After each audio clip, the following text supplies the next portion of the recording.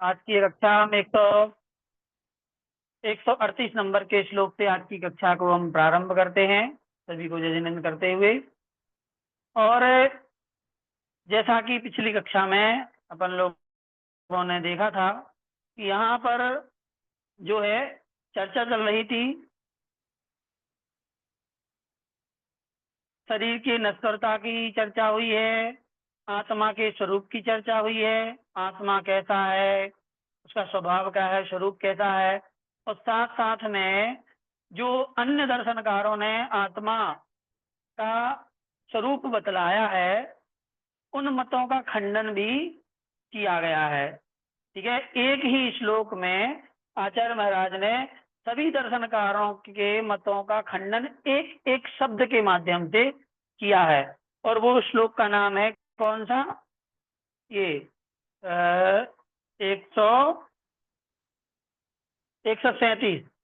137वां number का श्लोक जो है, ये बहुत ही महत्वपूर्ण श्लोक है। इस श्लोक में आचार्य महाराज ने अन्य दर्शनकारों के मतों में जो आत्मा का स्वरूप है, जो कि सदोष है, उन सदोष स्वरूपों को एक एक शब्द के माध्यम से खंडन किया है। और एक ही श्लोक में सारे मतों का खंडन कर दिया है।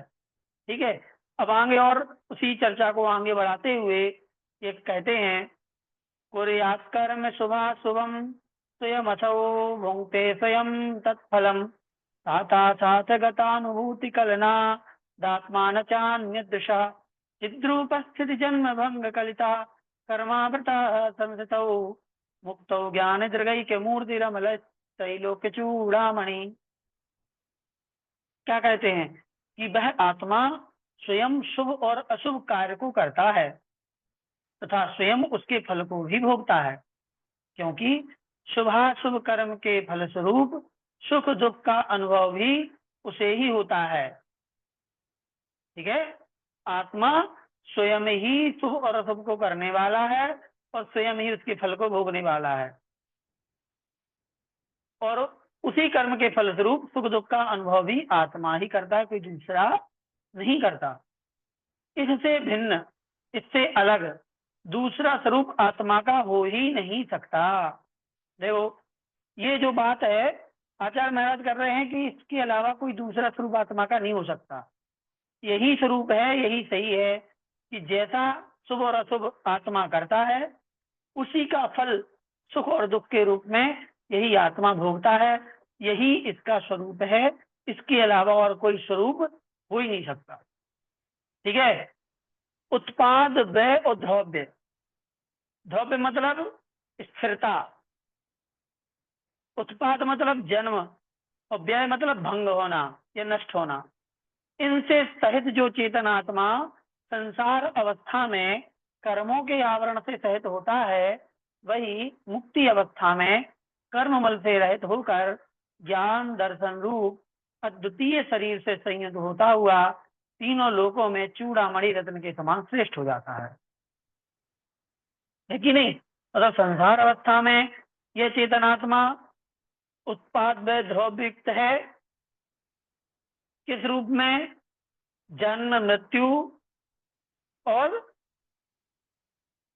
आत्मा के रूप में। और यही चेतनात्मा जब संसार से मुक्त हो जाता है, कर्ममलों से रहित हो जाता है, तो वहां पर भी चूंकि द्रव्य है, उसमें उत्पाद व द्रव्य तो होगा, लेकिन वहां पर्याय जो होती हैं वो चेतन पर्याय होती हैं। जन्म मृत्यु वाली जो अचेतन पर्याय हैं, भौतिक संसर्ग से होने वाली पर्याय हैं, वो नहीं होती, बल्कि ज्ञान दर्शन गुण के कारण से जो अगुर लघु गुण के संपर्क के कारण से जो सदगुण हानि वृद्धि होती है, उसी कारण से जो पर्याय बदलती हैं, वही ज्ञान गुण की पर्याय ही बदलती रहती हैं, अन्य कोई पर्याय वहां पर प्राप्त नहीं होती हैं। ठीक है, और आगे ये जो श्लोक लिखा है, ये यहाँ पर सांख्य दर्शन का जो स्वरूप है उसको ध्यान में रख करके श्लोक को लिखा गया है। सांख्य दर्शन क्या कहता है? सांख्य दर्शन प्रकृति को कर्ती और पुरुष को भोक्ता स्वीकार करता है। सांख्य दर्शन के बारे में आपको बता दें, सांख्य दर्शन ना 25 तत्व मानता है, और 25 तत्वों में दो जो मुख्य हैं, एक है प्रकृति और एक पुरुष। ठीक है, पुरुष को वह चेतन मानता है, प्रकृति को मानता है जड़। ठीक है, आप यूं समझ लीजिए जैसे अपनी आत्मा और कर्म। ठीक है, जैसे आत्मा चेतन है और कर्म कैसे हैं, पौद्गलिक हैं, जड़ हैं, अचेतन है, वैसे ही वो मानते हैं प्रकृति और पुरुष। प्रकृति जड़ है, अचेतन है, ठीक है, और पुरुष जो है वो चेतन है, और पुरुष ही प्रकृति है वो कर्मों को करता है, और पुरुष है उस कर्मों को भोगता है।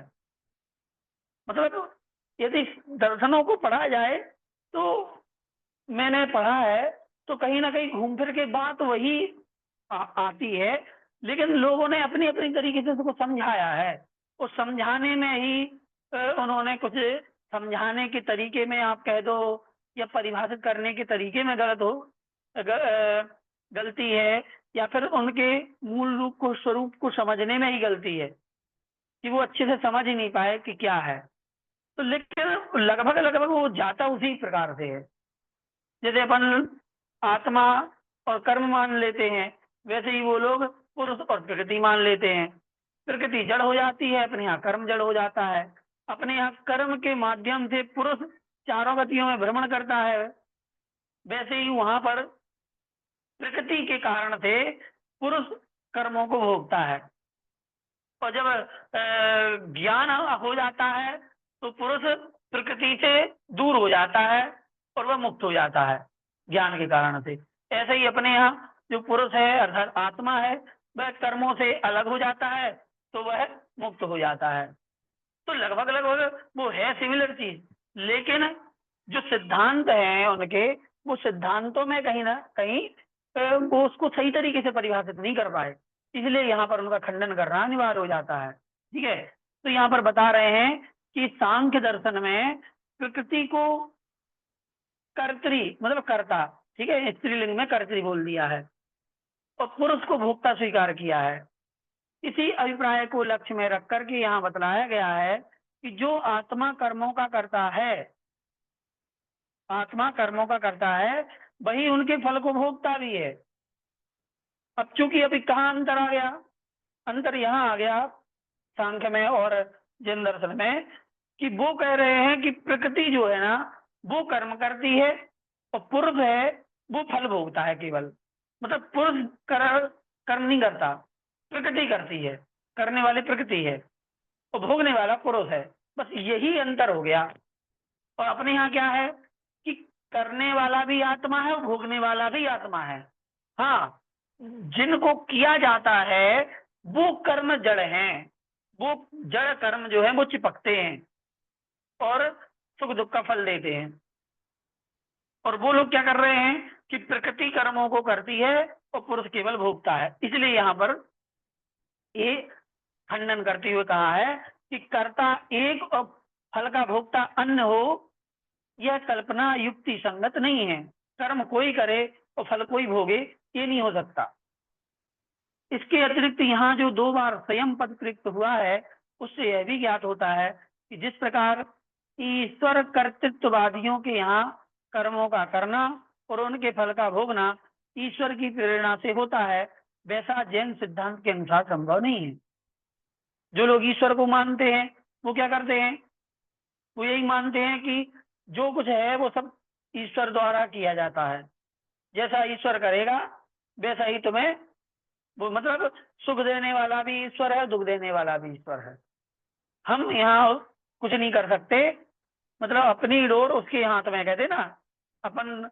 ये सब आपको सुनने मिल जाएगा कहीं फिल्मों के डायलॉग में, कहीं किताबों में, कि आदमी तो कठपुतली है, डोरी तो ऊपर वाले के हाथ में है, वो जैसा नचाता है वैसा नचता है कि नहीं। और सुनने वाले सुनते हैं, उनको बिल्कुल सही लगता है कि बिल्कुल सही बात है, अपन तो केवल प्यादे हैं, अपन तो केवल कठपुतली है, नचाने वाला तो दूसरा है। ऐसा बिल्कुल भी नहीं है। ठीक है, जैन दर्शन इसको खंडित करता है। जैन मत के अनुसार, जैन मतानुसार आत्मा स्वयं करता है और स्वयं उनके फल का भोगता भी है, तथा वही पुरुषार्थ को प्रकट करके कर्म मल से रहित होता है। देखो, कर्मों को भी करता है, फल को भी भोगता है, और स्वयं ही पुरुषार्थ करके कर्मों से छूटता भी स्वयं ही है, और स्वयं परमात्मा बन जाता है। यहाँ पर सर्वथा नित्यत्व अथवा अनित्यत्व की कल्पना को दोषयुक्त प्रकट करते हुए यह भी बतलाया है कि आत्मा आदि प्रत्येक पदार्थ, देखो यहाँ नित्यत्व और अनित्यत्व, नित्य और अनित्य, इसकी कल्पना को भी दोषयुक्त प्रकट किया है और कहा है कि आत्मा आदि प्रत्येक पदार्थ हमेशा उत्पाद व द्रव्य से संयुक्त होते हैं। जैसे मिट्टी से उत्पन्न होने वाले घट में मृत्तिका रूप पूर्व पर्याय का व्यय, घट रूप नवीन पर्याय का उत्पाद और पुद्गल द्रव्य उक्त दोनों ही अवस्था में ध्रुव स्वरूप से स्थित रहते हैं।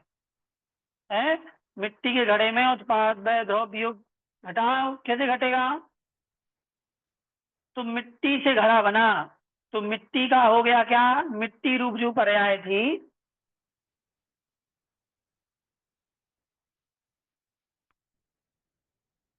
लेटेस्ट एडिशन मतलब जो हमारे पास है यही है ना। और मैं यदि हो तो मैं इसी को आपके उसमें भेज दूंगा, ठीक है, ग्रुप में। वैसे डली हुई है ना, पूरी डली हुई है जितनी हमने पीडीएफ बनाई है। तो आवाज कम आ रही है, आवाज कम आ रही, तो आप अपने मोबाइल का वॉल्यूम बढ़ाएं, यहाँ से तो फुल वॉल्यूम है, ठीक है। तो मिट्टी का जो मिट्टी की पर्याय है उसका व्यय हो गया, मतलब नष्ट हो गई, और घड़ा बन गया, उसका उत्पाद हो गया, मतलब उत्पाद होने का मतलब उत्पन्न होना, व्यय होने का मतलब नष्ट होना। तो मिट्टी जो थी खेतों से लाई गई थी, उसकी पर्याय नष्ट हो गई, व्यय हो गया। मटका जो था घड़ा, वो बन गया, उसका उत्पाद हो गया। लेकिन मिट्टी पहले भी थी, मिट्टी अभी भी है, और इसलिए वो दोनों जगह क्या हो गया? द्रव्य हो गया। हाँ, आकाश जब अभी कह रही है कि अंगूठी से सोने की अंगूठी, अंगूठी से हीरा अपन चूड़ी बना लो, कान के बना लो, नाक के बना लो, है ना, गले की चेन बना लो। ये क्या होगा? एक पर्याय से दूसरी पर्याय में जाएंगी, तो एक पर्याय का व्यय होगा, दूसरी पर्याय का उत्पाद होगा, और जो गोल्ड है, सोना है, वो सभी जगह रहेगा, वो द्रव्य है, स्थिर, ठीक है। इस प्रकार से आत्मा का स्वरूप होता है। चलिए, इसके बाद ये लंबी चौड़ी व्याख्या जो, एक मिनट, पीछे के श्लोक है क्या? हाँ सॉरी।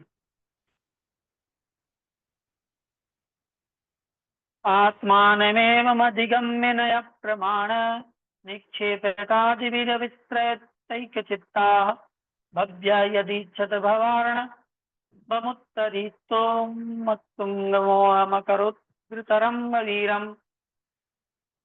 क्या कह रहे हैं? इस प्रकार नए प्रमाण एवं निक्षेप आदि के द्वारा, क्या तीन चीजें हैं, नए प्रमाण और निक्षेप। तो नए प्रमाण एवं निक्षेप आदि के द्वारा आत्मा के स्वरूप को जानकर, हे भव्य जीवो, यदि तुम उन्नत मोह रूपी मगरों से, मगरमच्छों से, अच्छा भयानक गंभीर इस संसार रूपी समुद्र को पार करने की इच्छा करते हो,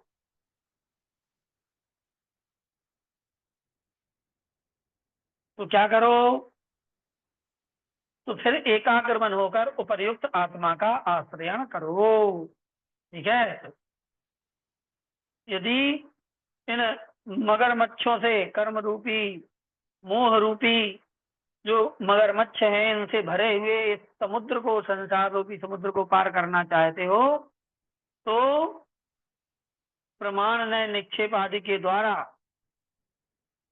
जो ऊपर आत्मा के स्वरूप का कथन किया गया है उसका आश्रय लो, कल्याण हो जाएगा। आगे आपको सभी चीजों को अच्छी तरीके से समझाया जाएगा, और ये जो व्याख्या है विशेषार्थ, इसमें भी पूरी चीजें समझाई गई हैं। अरे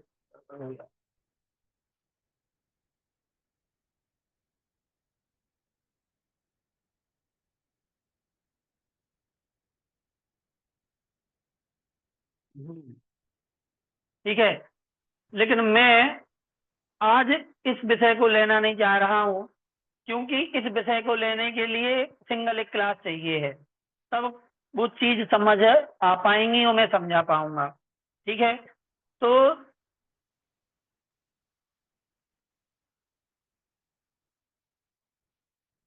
निक्षेप निक्षेप निक्षेप को मैं एक शब्द में नहीं समझा पाऊंगा, ना आपकी समझ में आ पाएगा। निक्षेप का अर्थ होता है रखना। ठीक है, अब उससे आप क्या समझ पाएंगे, इसलिए अभी इस चैप्टर को थोड़ा सा रोके रहने दीजिए। पर्टिकुलर एक क्लास लेकर के या तो मैं वीडियो बना दूंगा तो आप हो जाएगा, या फिर इसको इस पूरे पैराग्राफ को फिर से मैं सिंगल रूप में समझा दूंगा तो अच्छे समझ में आ जाएगा, क्योंकि इसमें सैद्धांतिक चर्चा है थोड़ी सी, तो वो अच्छे समझनी पड़ेगी उदाहरण आदि के माध्यम से। आगे चलते हैं।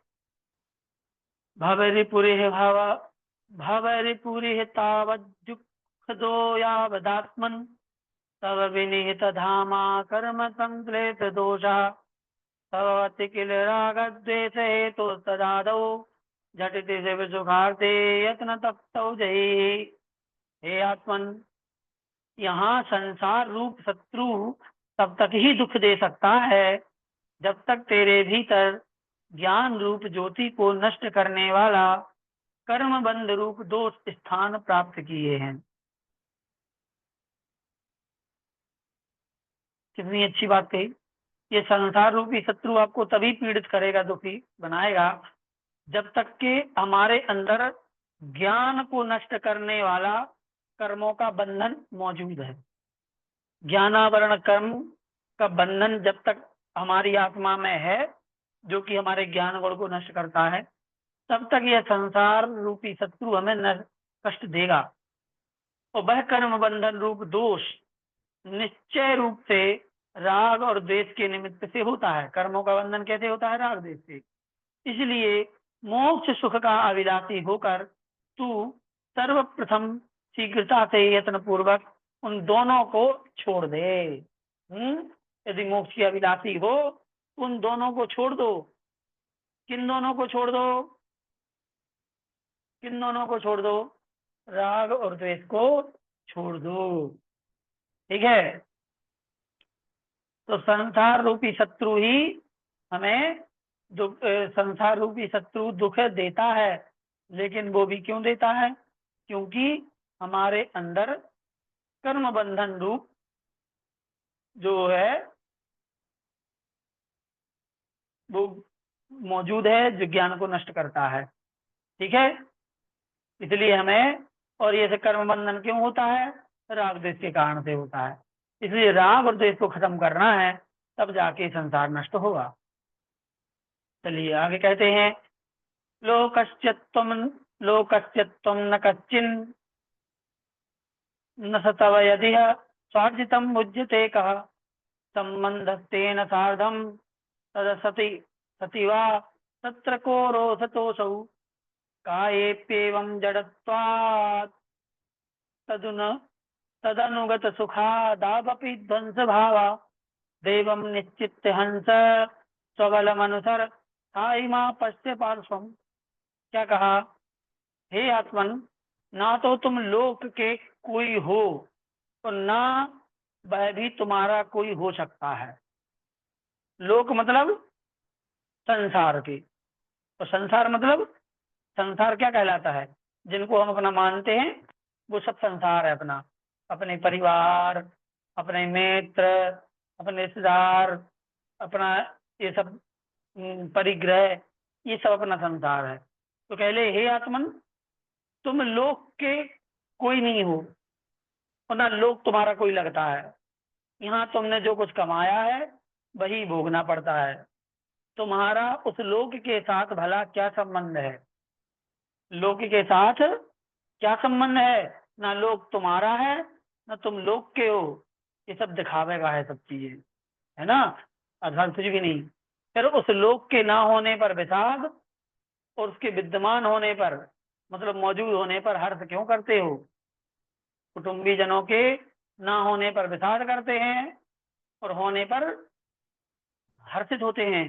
इसी प्रकार शरीर में राग द्वेष नहीं करना चाहिए, क्योंकि वह जड़ है, अचेतन है, तथा शरीर से संबंध इंद्रिय विषय भोग जनित सुखादिक में भी तुम्हें राग द्वेष करना उचित नहीं है।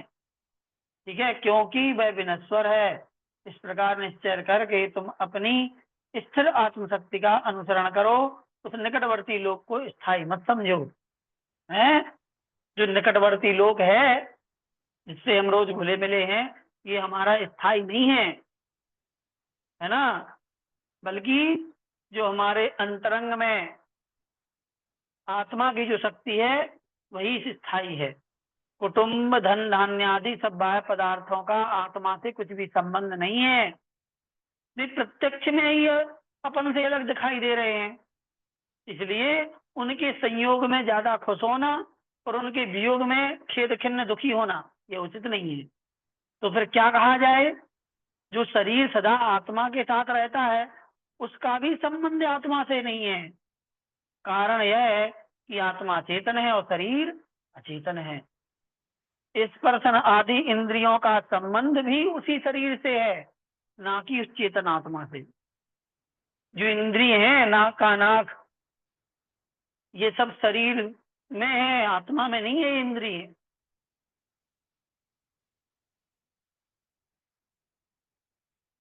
अरे स्मिता जी, हम बहुत तेज बोल रहे हैं और हमारे यहाँ से वॉल्यूम भी फुल है। हाँ, यहाँ से तो कोई भी परेशानी नहीं है, आवाज बिल्कुल।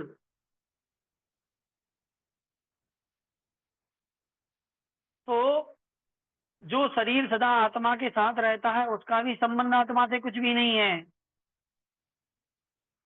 कारण यह है कि चेतन आत्मा, चेतन आत्मा जो है वो चेतन है और शरीर अचेतन है। और स्पर्शन आदि जो इंद्रियों का संबंध भी है उसी शरीर से है, ना कि चेतन आत्मा से। ठीक है, इसलिए इंद्रिय विषय भोगों से उत्पन्न होने वाला सुख विनश्वर है, स्थायी नहीं है। इसलिए हे आत्मन, शरीर एवं उससे संबंध जो सुख दुखादि में राग द्वेष ना करके अपने स्थायी आत्म स्वरूप का अवलोकन करें। अगला, ठीक है, बात समझ में आ गई? इसमें जो समझाया गया है कि भैया ये जो संसार है इसके संयोग और वियोग में खुश और हर्ष और विषाद नहीं करना, बल्कि अपने चेतन आत्मा के सुख पर ध्यान देना। कर्म के निमित्त से जो सुख दुख हो रहा है उस पर ध्यान नहीं देना। जो परमानेंट सुख है आत्मा का, उस चेतन आत्मा की परिणति की ओर ध्यान देना है। आस्तामन्य गतौ प्रतिक्षण लसद दुःखासितायामहो देवत्वेऽपि न शान्तिरस्ति भवतो रम्येणिमादिश्रिया यत्तस्मादपि मृत्युकालकलया दत्ताद्धठात् पात्यसे तन्नित्य पदम प्रति प्रतिदिनम रे जीवयत्नं कुरु। हे आत्मन, क्षण क्षण में होने वाले दुख की स्थानभूत अन्य नरक त्रिंच और मनुष्य गति से दूर रहे, किंतु आश्चर्य तो यह है कि अणिमा आदि रूप लक्ष्मी से रमणीय देवगति में भी तुझे शांति नहीं है। देख लो,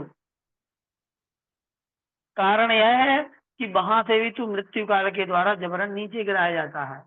इसलिए तू प्रतिदिन उस नित्य पद अर्थात अविनश्वर मोक्ष के प्रति यत्न करो। कितनी बड़ी बात कही कि हे आत्मन, तुम ये कहो कि भैया हमें त्रिन जगती में रोज ही दुख हो रहा है, मनुष्य गति में प्रतिदिन दुख हो रहा है, और नरक गति में तो प्रति समय दुख हो रहा है, इसलिए हम दुखी हैं। तो उनका कहना ये है कि यदि आपको इन तीनों गतियों से निकाल करके यदि स्वर्ग में भी ले जाया जाएगा ना, जहाँ की अणिमा महिमा आदि रिद्धियां संपन्न है, वहां पर सारे देव सभी सुखों से संपन्न है, तो बड़े आश्चर्य की बात है कि उन सभी रिद्धियों से संपन्न ऐसे व्यक्तिगत शरीर के धारी देवगति में जाकर के भी तुम्हें शांति नहीं मिलेगी। क्यों नहीं मिलेगी? क्योंकि समय वहां भी खत्म होगा, और जैसे ही खत्म होगा तो फिर से नीचे गिराए जाओगे, और जैसे ही गिराए जाओगे वैसे ही अपार कष्ट होगा। इसलिए मत कहो कि आपको सिर्फ नरक, त्रियंच और मनुष्य में ही दुखी होना पड़ रहा है। इसलिए भैया चारों गतियों से छोड़कर अगली गति में जाने का प्रयास करें, पंचम गति में। यदृष्टम बहिरंगनादि चिरम तत्रानुरागो भवत् भ्रांत्या भूरि तथापि ताम्यति ततो मुक्त्वा तदंतर्विश चेतस्तत्र गुरो प्रबोधवस्ते किंचित तदा कर्ण्यते प्राप्ते यत् समस्त दुख विरमालभ्येत नित्यम सुखम। क्या कहा कि हे चित्त, तूने बाह्य स्त्री आदि पदार्थों में जो सुख देखा है, हे मन, जो बाहरी स्त्री पुत्र मित्र आदि में जो सुख देखा है, ये तुझे भ्रांति से चिरकाल तक, ये सब भ्रम है ना, और भ्रम है, और चिरकाल तक इसका अनुराग हुआ है भ्रांति के कारण से, फिर भी तू इससे अधिक संतप्त हो रहा है। इसलिए इसको छोड़ करके अपने अंतरात्मा में प्रवेश करो। उसके विषय में सम्यक ज्ञान के आधारभूत गुरु से ऐसा कुछ सुना जाता है कि जिसके प्राप्त होने पर समस्त दुखों से छुटकारा पाकर अविनश्वर मोक्ष सुख को प्राप्त किया जा सकता है।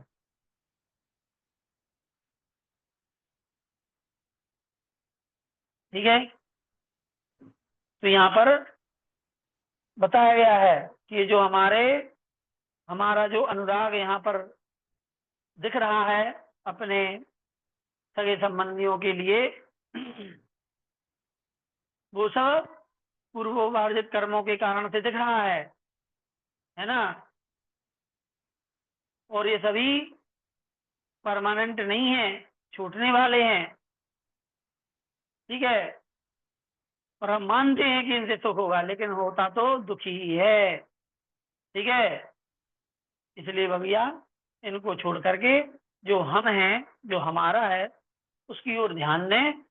और उसकी ओर ध्यान देने का एक ही रास्ता है कि सम्यक ज्ञान के धारी ऐसे दिगंबर मुंजाजों का आश्रय लें, उनका ज्ञान का आश्रय लें, और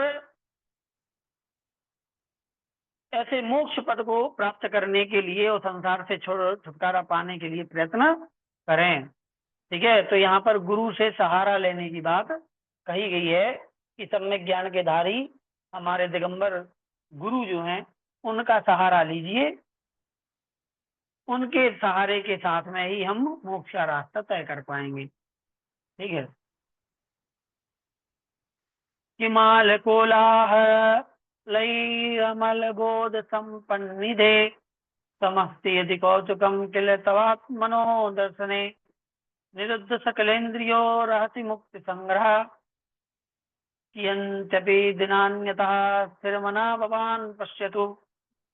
हे जीव, तेरे लिए यदि निर्मल ज्ञान रूप संपत्ति के आश्रयभूत आत्मा के दर्शन में कुतूहल है, क्या तेरे लिए यदि निर्मल ज्ञान रूप जो संपत्ति है, मतलब ज्ञान ही जो जिसकी संपत्ति है, ऐसे आत्मा के दर्शन में कुतूहल है, तो व्यर्थ के कोलाहल अर्थात बकवाद करने से क्या मतलब है। अपनी समस्त इंद्रियों का निरोध करके तू परिग्रह पिशाच को छोड़ दे। इससे स्थिर चित्त होकर तू कुछ दिन में एकांत में उस अंतरात्मा का अवलोकन कर सकेगा। परिग्रह को पिशाच बना गया, परिग्रह को पिशाच बता दिया यहाँ पे। भैया यदि हम निर्मल ज्ञान रूपी संपत्ति के मालिक बनना चाहते हैं, तो फिर आत्मा का दर्शन करने के लिए हमें आगे बढ़ना पड़ेगा, और आत्मा का दर्शन करने के लिए आगे बढ़ना है तो क्या करना पड़ेगा? फालतू की जो कोलाहल बकवाद है इसको छोड़ करके और इंद्रियों को रोक करके परिग्रह पिशाच को छोड़ना पड़ेगा, और चित्त को स्थिर करके और कुछ दिन में एकांत में उस अंतरात्मा का अवलोकन करना पड़ेगा। एकांत में बैठ करके उस आत्म स्वरूप का चिंतन करना होगा कि कैसे है आत्मा अनंत सुख हो सकता है, कैसे इस आत्मा में ज्ञान का पुंज है, मैं कौन हूँ, कैसा हूँ, कौन सी मेरी संपत्ति है। ऐसे आप अकेले में बैठ करके और आत्मा के स्वरूप का चिंतन करें, इंद्रियों का निरोध करें, तब जाकर के कहीं हम आगे बढ़ पाएंगे इस राह में।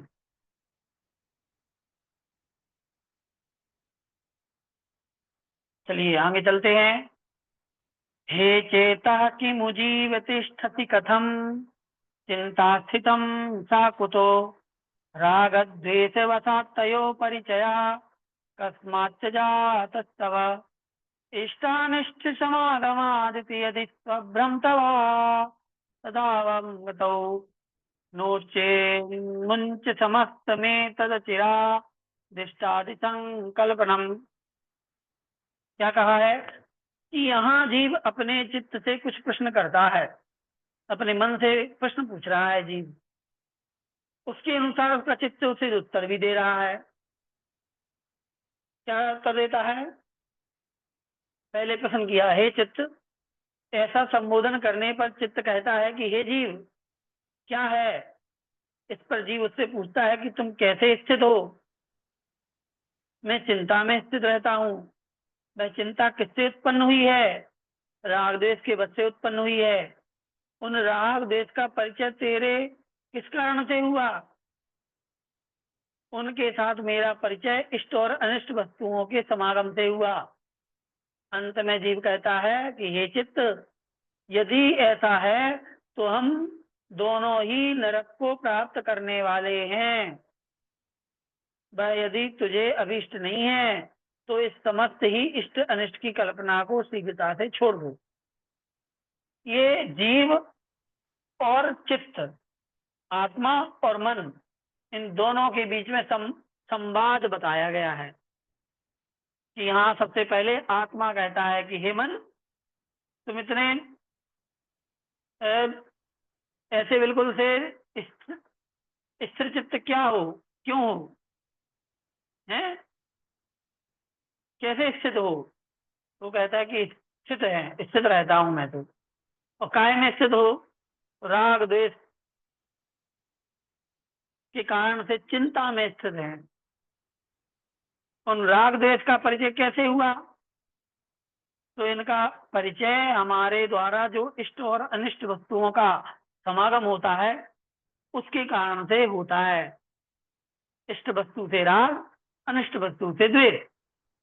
जब राग द्वेष होता है तो चिंता उत्पन्न होती है, उस चिंता में ही ये मन लगा रहता है। इसलिए भैया इन दोनों को ही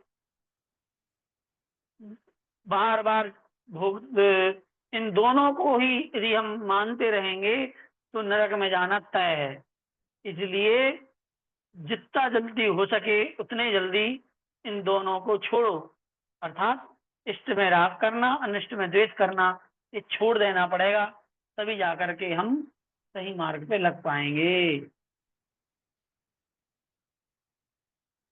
ज्ञान ज्योतिरोदेति मोहतमसो भेदा समोत्पद्यते सानंदाकृत कृत्यता च सहसा स्वान्ते समुन्मीलति यत्यैकरप्रीतिमात्रतो विभगवन् नत्रैव देहान्तरे देवस्तिष्ठति मृग्यतां दरवसा धन्यत्र किं धात। क्या कहा? जिस भगवान आत्मा के केवल स्मरण मात्र से भी ज्ञान रूपी तेज प्रकट होता है, भगवान आत्मा के स्मरण मात्र से ज्ञान रूपी तेज प्रकट होता है, अज्ञान रूप अंधकार नाश हो जाता है और कृतकृत्यता अकस्मात ही अपने मन में प्रकट हो जाती है। वह भगवान आत्मा इसी शरीर के भीतर है, उसका शीघ्रता से अन्वेषण करो, उसको खोजो। दूसरी जगह क्यों दौड़ रहे हो पर पदार्थों में? जिस आत्मा के स्मरण मात्र से ज्ञान रूपी तेज प्रकट हो जाता है, वह आत्मा हमारे अंदर है, बाहर नहीं है। इसलिए अंदर ही उस चीज को खोजो, बाहर नहीं मिलेगा कुछ भी। ठीक है, प्रश्न बनेगा।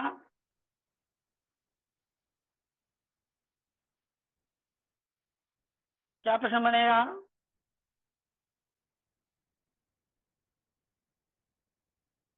भगवान आत्मा कहाँ विराजमान है? भगवान आत्मा इस शरीर के भीतर ही विराजमान है। ठीक है, और ज्ञान रूपी तेज कैसे प्रकट होता है? तो आत्मा के स्मरण मात्र से, मतलब आत्मा का चिंतन करने से। जीवाजीव विचित्र वस्तु विविधाकारर्धिरूपादयो रागद्वेष कृतोत्र मोह वसतो दृष्टा सता सेविता जातस्ते दृढ़वन्धनं चिरमतो दुःखं तवात्मन्निदं नूनं जानत एव किं बहिरसावद्यापि दीर्घावति। हे आत्मन, जहाँ यहाँ जो जीव और अजीव रूप विचित्र वस्तुएं, अनेक प्रकार के आकार, रिद्धियां एवं रूप आदि राग रोग द्वेष को राग द्वेष को उत्पन्न करने वाले हैं, उनको तूने मोह के वश होकर देखा है, सुना है, सेवन भी किया है। इसलिए वे तेरे लिए चिरकाल से दृढ़ बंधन बने हुए हैं, जिससे कि तुझे दुख भोगना पड़ रहा है। इन सबको जानते हुए भी तेरी वह बुद्धि आज भी क्यों बाहर पदार्थों की ओर दौड़ रही है? जानते हो कि जो बाहर की जो जितनी चीजें दिख रही हैं चित्र विचित्र, इन सभी चित्र विचित्र चीजों में हमने राग द्वेष किया है, और राग द्वेष होने के कारण से चीजें अभी तक हमारे साथ में लगी हुई हैं, और हम ये जानते हैं, और जब तक ये चीजें लगी रहेंगी हमें दुख होता रहेगा। इसलिए भैया जितने जल्दी हो सके इन चीजों से राग द्वेष छोड़ो। जैसे ही राग द्वेष छूटेगा हमारा भी कल्याण का मार्ग हो जाएगा। चलिए 2-3 श्लोक और हैं, जल्दी से करते हैं, 150 तक पूरा करना है। भिन्नोहम बपुषो बहुर बहिर्मलक भिन्नोहम बपुषो बहिर्मलकृता नाना विकल्पौगता शब्दा वेद चिदेक मूर्तिरमला शांता सदानंद भाव इत्याथा स्थिर चेतसो दृढ़तरम साम्यादरारंभिड़ा संसारात भयमस्ति किम यदि तदप्यन्यत्र का प्रत्यय। क्या कहा है कि मैं बाह्य मल अर्थात रजबीर से उत्पन्न हुए शरीर से अनेक प्रकार के विकल्पों के समुदाय से तथा शब्दादि की से भिन्न हूँ। ये आत्मा के स्वरूप का चिंतन करने का एक तरीका बता रहे हैं कि ये सोचना चाहिए कि मैं इस शरीर से जो कि रजबीर से मिला बन रहा है, और उनके जितने विकल्प हैं शब्द आदि सबसे भिन्न हूँ, अलग हूँ, स्वभाव से चैतन्य रूप अद्वितीय शरीर से संपन्न हूँ, कर्म बल से रहित शांत एवं सदा आनंद का उपभोक्ता हूँ। इस प्रकार के श्रद्धान से जिसका चित्त स्थिरता को प्राप्त हो गया है, स्थिर हो गया है जिसका मन, ऐसा विचार करके, और जो समता भाव को धारण करके आरंभ रहित हो चुका है, उसे संसार से क्या भय, कोई मतलब नहीं, कुछ भी नहीं। और यदि उपर्युक्त दृढ़ सिद्धांत के होते हुए भी संसार से भय है, तो फिर वह कहाँ विश्वास किया जा सकता है? कहीं नहीं। मतलब यदि आत्मा पर ऐसा सिद्धांत कर लें तो भय कभी हो नहीं सकता, और यदि भय है इसका मतलब है कि आपको आत्मा के स्वरूप पर सिद्धांत है ही नहीं। किम लोकेन किमाश्रयेण किमिथर्वेण कायेन किम वाग्भी किमुतेन्द्रिया किम सुभी किम तैर्विकल्पैरपि सर्वे पुद्गल परे यावतर परे स्वता प्रमत्तो भवन आत्मन्ने विस्त्रयस्य तितरा मालेन किम बंधनम। हे आत्मन, तुझे लोक से क्या प्रयोजन है? आश्रय से क्या प्रयोजन है, द्रव्य से क्या प्रयोजन है, शरीर से क्या प्रयोजन है, वचनों से क्या प्रयोजन है, इंद्रियों से क्या प्रयोजन है, प्राणों से क्या प्रयोजन है, और उन विकल्पों से भी तुझे क्या प्रयोजन है। अर्थात इन सब से तुझे कोई प्रयोजन नहीं, क्योंकि ये सब तो पुद्गल की पर्याय हैं। इसलिए तुझसे भिन्न है ये सब, चाहे लोग हो, द्रव्य हो, शरीर हो, वचन हो, इंद्रिय हो, प्राण हो, शब्द हो, कुछ भी हो, इन सबसे में कोई प्रयोजन नहीं। क्यों? क्योंकि ये पुद्गल की पर्याय है। तू प्रमाद को प्राप्त होकर व्यर्थ ही इन विकल्पों में मत पड़, है ना, क्योंकि अक्षय बंधन का आश्रयण करता है जो इनमें विचरण करता है। और अंतिम श्लोक आज का, सत्ताभ्यास भोगानामप्य सत्सुख मात्मजम अप्यपूर्वम सदित्याथा चित्ते यस्य तत्त्ववित्। जिन जीवों ने निरंतर भोगों का अनुभव किया है, उनका उन भोगों से उत्पन्न हुआ सुख अवास्तविक है। जिन जीवों ने निरंतर भोगों का अनुभव किया है, उनका उन भोगों से उत्पन्न हुआ सुख अवास्तविक है, कल्पित है, कल्पना मात्र है, हैं? संसार के भोगों से जो उत्पन्न हुआ है सुख, वह कल्पना मात्र है। किंतु आत्मा से उत्पन्न जो सुख है वो अपूर्व है, समीचीन है, वास्तविक है। ऐसा जिसके हृदय में दृढ़ विश्वास हो गया है, वह तत्वज्ञ है। प्रश्न, तत्वज्ञ कौन है? तत्वज्ञ कौन है? जो यह मान ले कि भोगों से उत्पन्न सुख अवास्तविक है और आत्मा से उत्पन्न सुख वास्तविक है। जो इसको मान ले, जान ले, समझ ले, सिद्धांत कर ले, वही समझना कि कौन है, तत्वज्ञ है। ठीक है, चलिए आज की कक्षा को यहीं पे समाप्त करते हैं। आप सभी जनवाणी स्तुति कर लें। जय जिनेन्द्र सभी को।